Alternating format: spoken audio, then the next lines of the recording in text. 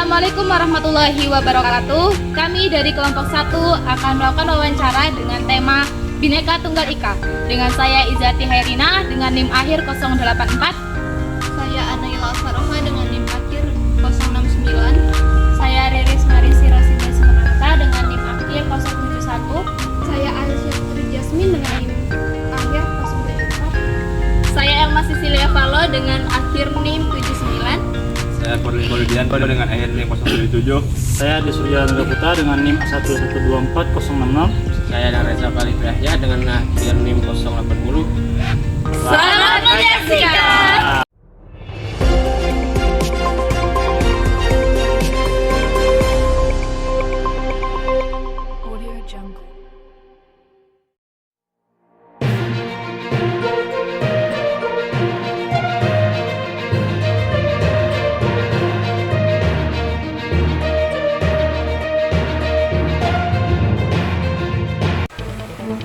Halo semua, selamat datang ke video kelompok 1.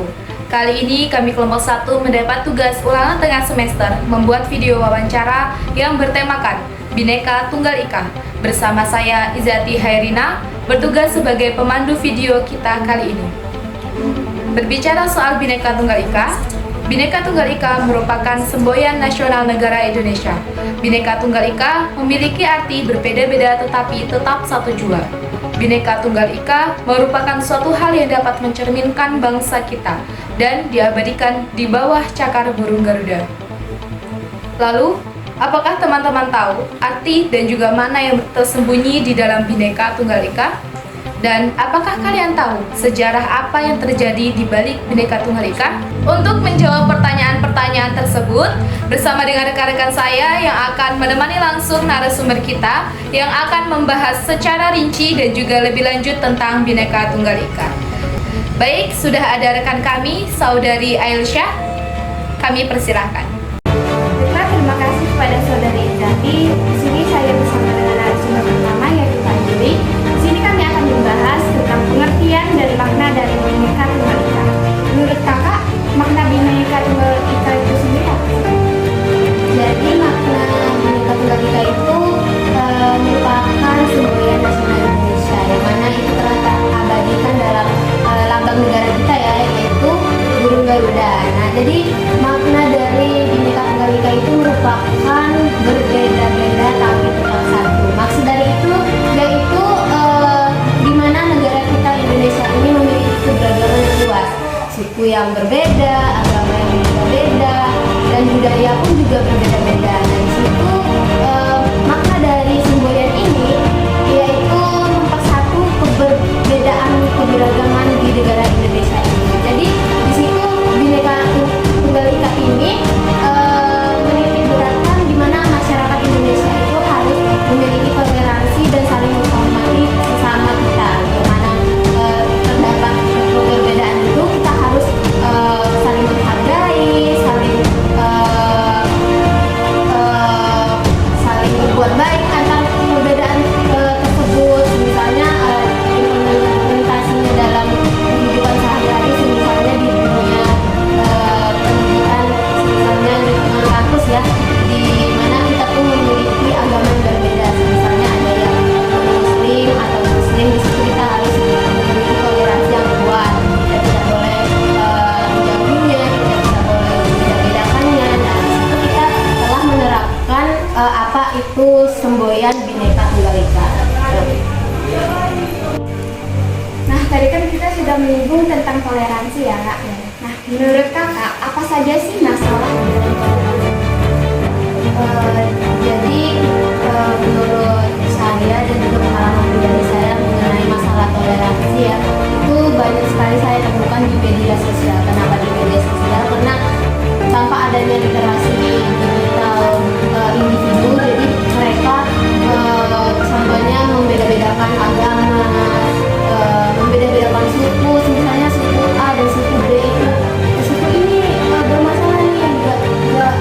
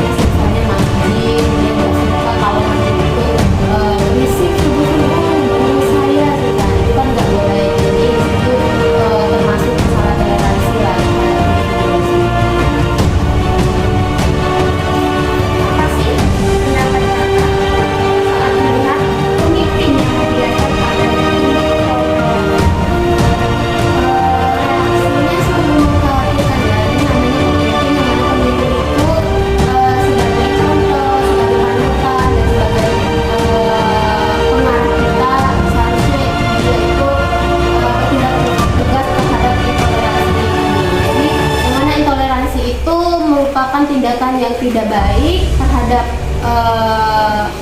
lingkungan sekitar kita atau lingkungan masyarakat atau lingkungan kampus pun itu seharusnya tidak ada di kehidupan sehari-hari kita, yang mana di situ pemimpin harus mengambil tindakan tegas terhadap sikap-sikap orang yang intoleransi itu agar terciptanya lingkungan yang harmoni dan terciptanya lingkungan yang aman bagi kita semua.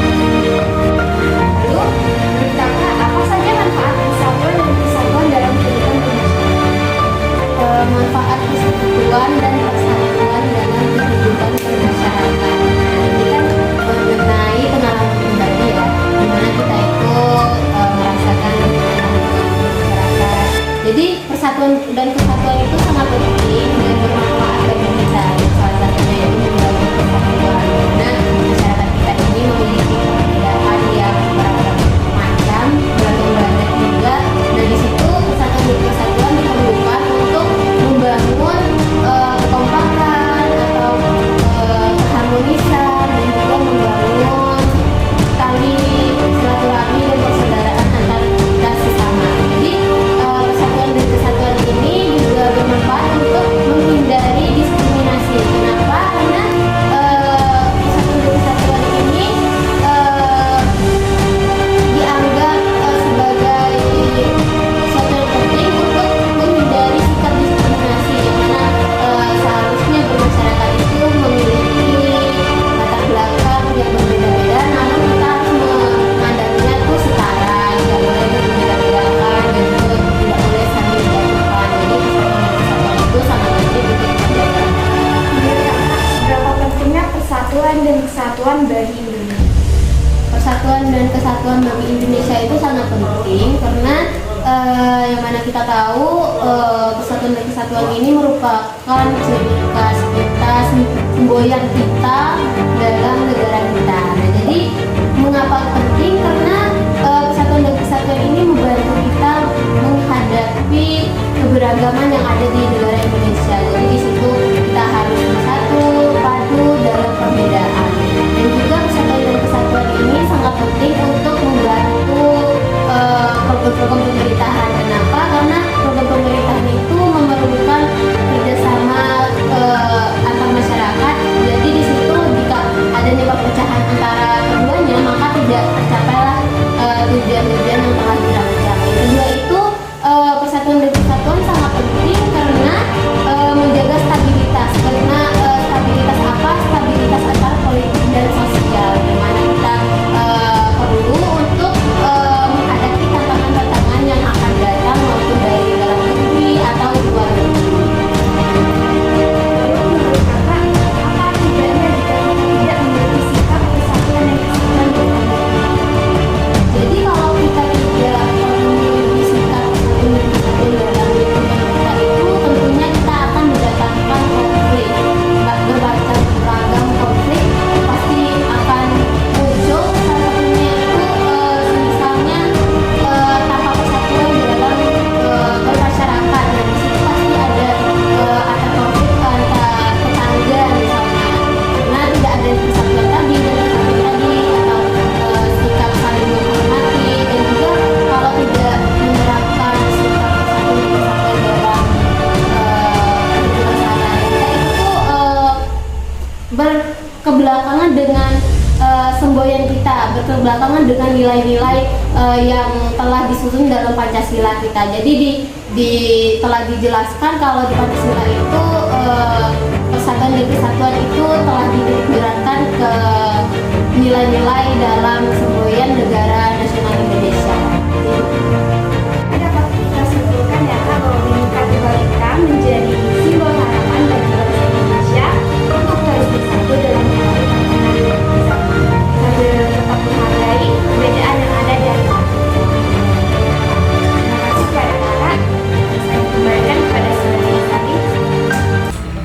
Terima kasih kepada saudari Ailysyah. Kita beralih ke narasumber kedua kita bersama dengan rekan saya, saudari Elma. Kepada saudari Elma kami persilakan. Baik, terima kasih kepada saudari Izati. Di sini saya Elma sudah bersama dengan Ibu Iyang sebagai narasumber kedua kita yang akan membahas tentang nilai-nilai Bhinneka Tunggal Ika. Nah, menurut Ibu nih, apa sih fungsinya fungsi Bhinneka Tunggal Ika untuk kita sebagai masyarakat? Kalau menurut saya, fungsi Bhinneka Tunggal Ika dalam kehidupan kita bermasyarakat itu untuk menjalin keharmonisan dalam hubungan antar masyarakat. Iya. Jadi mempererat hubungan antar masyarakat Iya. gitu ya, Bu ya. Nah, selanjutnya nih, menurut Ibu, bagaimana sikap kita supaya dapat mengupayakan kerukunan dalam bermasyarakat? Untuk mengupayakannya, ya disitulah peran penting dari toleransi. Jadi kita menghargai perbedaan-perbedaan yang ada di lingkungan masyarakat agar toleransi antar umat beragama, contohnya itu bisa terjaga lebih baik. Ya, saling menghargai ya, Bu ya. Nah, selanjutnya nih, Bu, apa saja sih menurut Ibu contoh-contoh atau sikap yang dapat dilakukan untuk menjaga kerukunan sosial? Contohnya kalau dalam lingkungan masyarakat, kita kan dalam satu masyarakat itu memeluk agama berbeda-beda. Ya. Contohnya kalau pas gotong royong, kita kan tidak membeda-bedakan agama.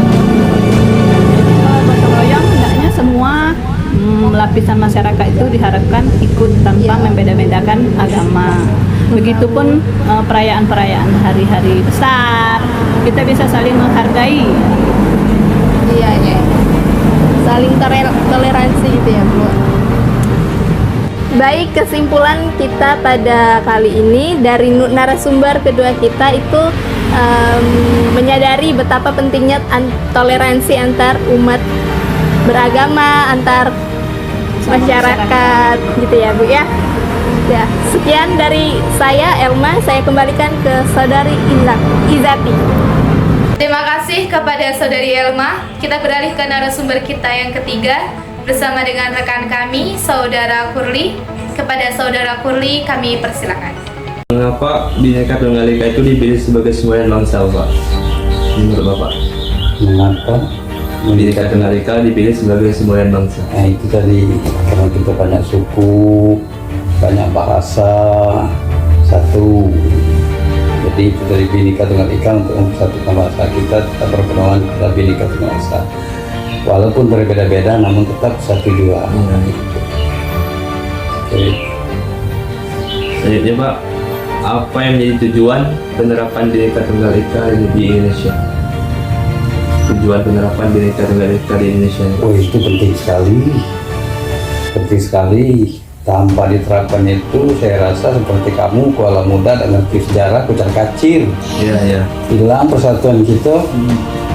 Itu penting sekali gitu. Oh, lihat aja anak-anak sekarang, bukan saya meremehkan ya, adab aja udah kurang. Siapa? Kalau tidak ada apa-apa, istilah kata Bhinneka Tunggal Ika malah bahaya. Maaf ngomong, dulu ketika guru berdiri di situ ngobrol berdua, ini murid nggak berani lewat di situ, keliling cari jalan lain. Anak sekarang orang ramai di situ, dia naik motor ngegas di depan orang ramai. Nah inilah perlu diterapkan lagi yang namanya Bhinneka Tunggal Ika. Makanya PMP itu dihilangkan dari mata pelajaran. Sekarang ini sangat disayangkan. Karena apa kita tidak mewarisi lagi. Bangsa kita. Nah itu takutlah. Makanya PMP itu, pendidikan moral Pancasila itu seharusnya teruskan seperti kami dulu kan. Nah, itu diteruskan. Jadi kita ini hidup berdampingan, tidak ada masalah, tidak ada rasa beda, tidak ada ras, tidak ada kasta. Kami dulu gitu diajarkan supaya tidak ada kasta. Sama semua ya, Pak? Sama semua. Jadi hidup kami pun juga aman-aman baik. Iya. Tentram, Pak. Tentram. Tidak kayak yang sekarang. Sekarang di kemarin ada, saya tuh cengkel di situ. Orang meninggal. Iya, Pak. Nah, anak kos ini lewat kan seharusnya tuh ya dosa dimatikan motor. pelan-pelan baik.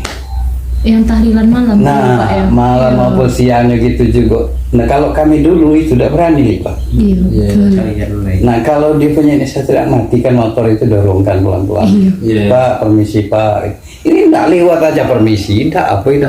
Astagfirullahaladzim. Kita yang tua yang nengoknya tuh, "Wih, ini adabnya di mana anak ini." Kalau kami dulu enggak berani itu lewat gitu tuh. Tidak ada orang lain ya, Pak. Kami dulu ya, maaf ngomong itu tadi, jangan kena melawan. Natapnya dia sudah takut. Takut bukan berarti kita tidak punya fisik untuk melawan guru itu, bukan, kita punya. Tapi hormat kami, menghargai. Karena apa? Ilmu kan kita dapat itu gara-gara dia. Guru orang tua. Orang tua itu kalau dia marah berarti kita punya salah. Iya. Kita dimarah itu berarti kita salah. Nah, kalau kita tidak bersalah dimarah orang, berarti yang marah itu orang gila. Benar ya? Iya. Karena kita salah kalau orang marah. Nah, kenapa orang marah? Berarti orang itu sayang ke kita. Orang itu mau menanamkan pendidikan yang bermoral terhadap kita. Tapi kitanya kok tidak terima. Iya. Kan bodoh. Apalagi nih sekarang bapak baca nih, banyak guru dipolisikan segala macam. Awas kemana ini? Kami dulu mau sekolah mau ngaji itu dititipi sama guru tuh nih, pemukul oleh orang tua kami. Kalau anak aku macam-macam bantai, Iya. ke rumah kayak aku tambahi. Sekarang berbeda, Pak. Oh jauh, nah itulah. Orang tuanya lagi yang malah Orang dulunya. tua malah dia terima kasih harusnya. Kenapa? Anak kita yang nakal, orang lain tahu, dia bantu kita mendidik anak kita. Kita terima kasih lah. Iya.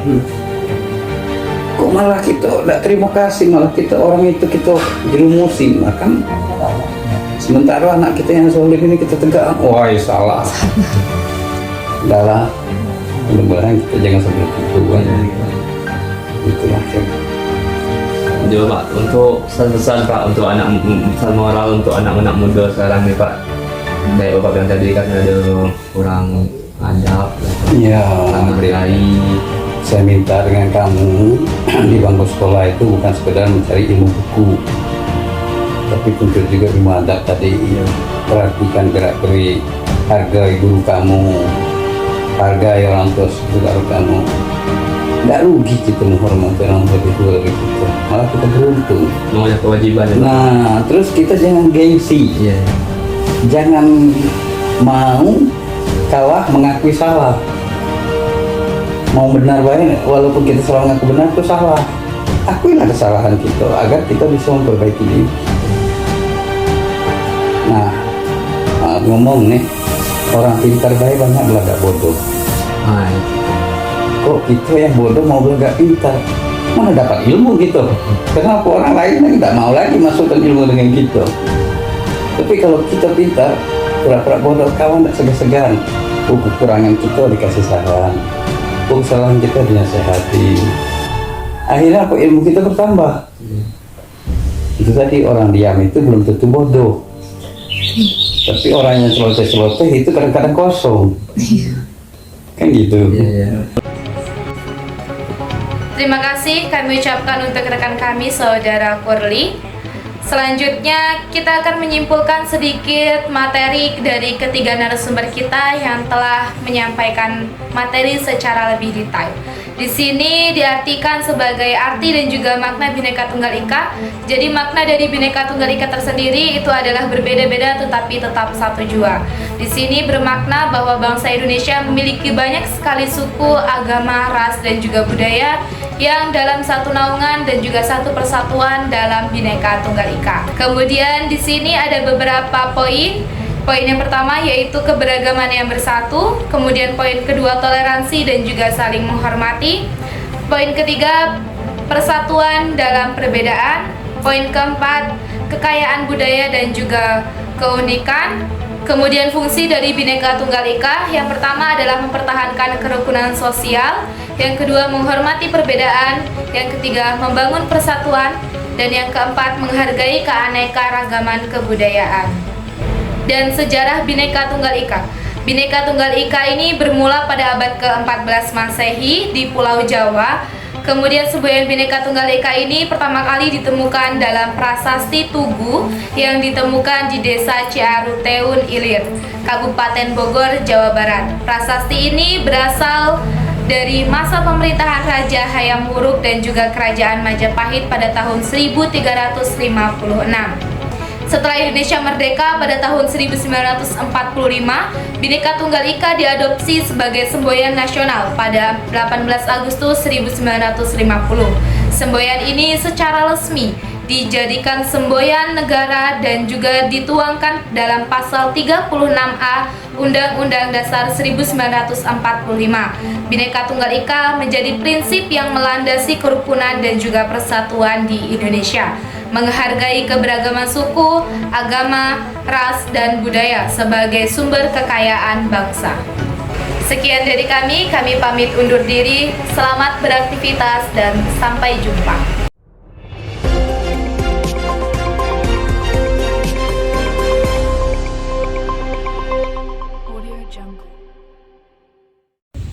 Sekian video dari kami akhiri. Assalamualaikum warahmatullahi wabarakatuh. Bye bye.